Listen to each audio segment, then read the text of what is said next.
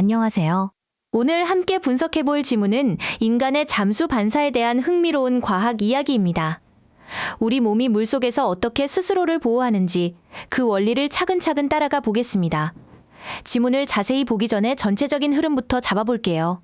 먼저 잠수 반사라는 주제를 던지고 어떤 조건에서 이 반사가 일어나는지 설명합니다. 그 다음 우리 몸에서 구체적으로 어떤 변화가 생기는지 알려주고 마지막으로 침팬지 같은 다른 영장류와 비교하면서 인간의 특징을 강조하며 마무리됩니다. 자, 첫 번째 문장입니다. We have a diving reflex.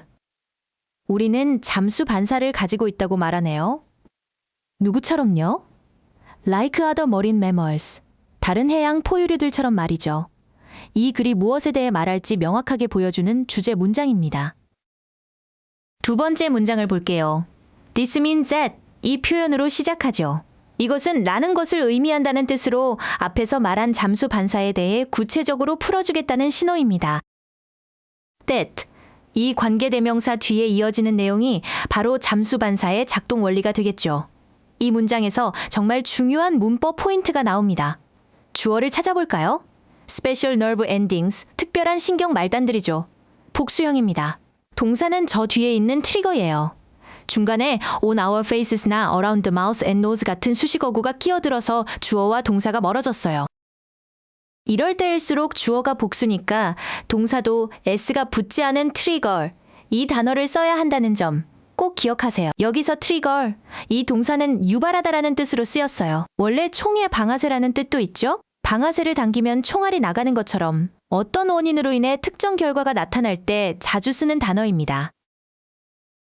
여기서는 얼굴의 신경 말단이 자극을 받아서 잠수 반사를 일으키는 거죠. 세 번째 문장은 예시를 통해 잠수 반사의 조건을 더 명확하게 해줍니다. 만약 우리가 물속에 있지만 with our head out in the air, 머리는 물 밖에 내놓고 있다면 어떻게 될까요? There is no diving reflex. 잠수 반사는 일어나지 않는다고 합니다. 몸 전체가 아니라 얼굴이 핵심이라는 걸 보여주죠. 하지만 네 번째 문장을 보세요. But 이 접속사로 시작하며 앞 문장과 대조를 이룹니다. 이번에는 몸의 나머지는 공기 중에 있고 sink just our face, 얼굴만 물 그릇에 담그면 어떻게 될까요? The diving reflex is triggered. 잠수 반사가 유발된다고 합니다. 이 두 문장을 통해 잠수 반사의 스위치는 바로 얼굴이라는 게 확실해졌네요. 여기서 문법 하나 짚고 갈게요. The diving reflex is triggered. 주어인 잠수 반사가 무언가를 유발하는 게 아니라 얼굴이 물에 잠기는 행위에 의해 유발되는 것이죠. 이렇게 주어가 동작의 대상이 될 때는 비동사 플러스 과거분사 형태의 수동태를 써야 합니다.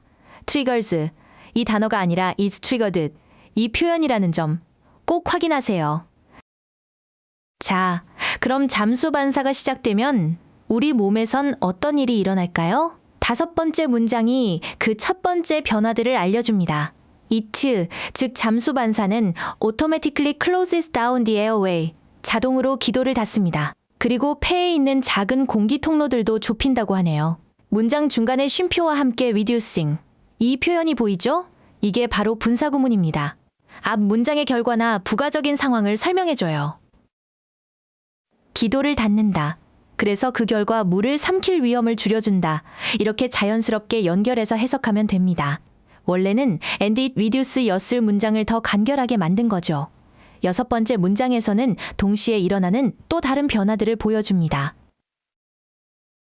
The heart rate is slowed down. 심박수는 절반 속도로 느려지고요. And blood is shunted to the vital organs. 혈액은 vital organs, 즉 중요 장기들로 보내집니다. 우리 몸이 위기 상황에서 가장 중요한 곳부터 지키려는 거죠. 이 문장의 구조를 보면 and, 이 접속사를 사이에 두고 두 개의 수동태 문장이 나란히 연결되어 있어요. The heart rate is slowed down, 그리고 blood is shunted. 심박수도 스스로 느려지는 게 아니고 혈액도 스스로 가는 게 아니라 몸의 반응에 의해 그렇게 되는 것이기 때문에 둘 다 수동태를 썼고 이 두 현상이 동시에 일어난다는 것을 병렬 구조로 보여주고 있습니다. 여기서 shunted, 이 단어는 조금 생소할 수 있는데 다른 방향으로 돌려지다, 보내지다라는 뜻입니다.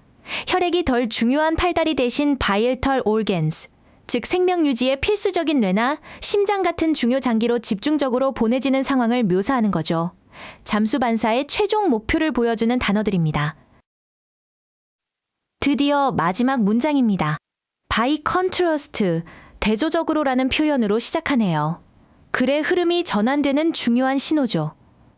지금까지 설명한 인간의 반응과 다른 경우를 보여주겠다는 겁니다. 침팬지나 고릴라가 물에 빠지면 어떻게 될까요? 패닉에 빠지고 심장이 마구 뛰다가 결국 빠르게 익사하고 말 거라고 합니다. 이 문장은 중요한 문법인 가정법 과거를 사용하고 있어요.